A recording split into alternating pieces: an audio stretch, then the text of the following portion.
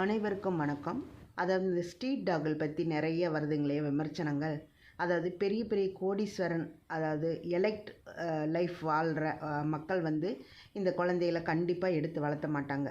அதாவது அன்னாடும் காட்சி டெய்லி வேலைக்கு போகிறவங்க யாரோ ஒருத்தவங்க அது ஒரு ஜீவன் தான் நினச்சி அதுக்கு வாழ்வு கொடுக்கலான்னு நினச்சி தான் எடுத்து வளர்த்துறாங்க. ஏதோ ஒரு காரணத்தினால அந்த குழந்தைக்கு உடம்புக்கு முடியாமல் போயிடுச்சு அப்படின்னா அதை அந்த வளர்த்துனவங்க பார்க்குறக்கு ட்ரை பண்ணுவாங்க, எப்படியாவது ஒரு ஜிஹெச்சாவது கொண்டு போகலான்னு நினைப்பாங்க. ஆனால் இந்த அக்கம் பக்கத்தில் இருக்கவங்க என்ன பண்ணுவாங்கன்னு தெரியுங்களா? நாய் தானே, கொண்டை ரோட்டில் விட்டுரு, இன்னொரு குட்டி எடுத்து வளர்த்துக்கலாம் அப்படி சொல்கிறப்ப தான் அவங்களோட இயலாமை அறியாமையினால் கொண்டு வந்து அந்த குழந்தைய தெருவில் விடுறாங்க. இதுதான் முதல் காரணம் அப்படின்னு நான் நினைக்கிறேன். ஏன்னா தெரிஞ்சவங்க, அதாவது புரிஞ்சவங்க யாரும் கொண்டு வந்து இப்படி ரோட்டில் விட மாட்டாங்க.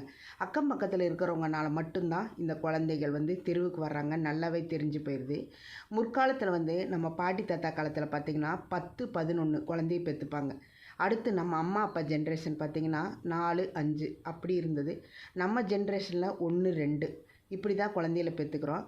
இனி வர்ற ஜென்ரேஷன் பார்த்திங்கன்னா குழந்தை இல்லாமல் இந்த டெஸ்ட் பேபிக்கு கோயிலாக ஏறி இறங்குறாங்க. அதுக்கு காரணங்களை தேடி தொலாவி பார்த்திங்கன்னா இந்த முற்காலத்தில் வந்து நம்ம பாட்டி தாத்தா காலத்துல எல்லாம் திண்ணை வச்சுருப்பாங்க வீட்டுக்கு முன்னாடி.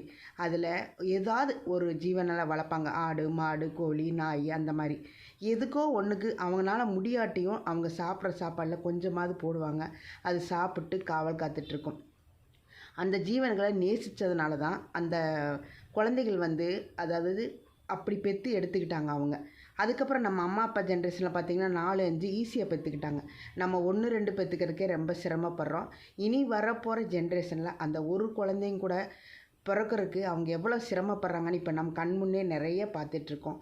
அதனால் முடிஞ்ச அளவுக்கு இந்த வாயில்லா ஜீவன்கள் அதாவது இயற்கையோட ஒண்டி வாழ பழகுங்கன்னு சொல்கிறாங்க இல்லையா? எல்லா உயிரும் வந்து ஒரு மனிதனை நம்பி தான் இந்த கடவுள் வந்து இந்த உலகத்தில் படைக்கிறான். அதை தான் நம்ம வேறுபாடு பார்த்து அதை வந்து நம்ம தள்ளி தள்ளி வைக்கிறோமா தவிர்த்து அதுவும் ஒரு ஜீவன் தான் அப்படின்னு எல்லாரும் நினச்சி ஒரு கைப்பிடி அளவு சாப்பாடு வைங்க. நன்றி, வணக்கம்.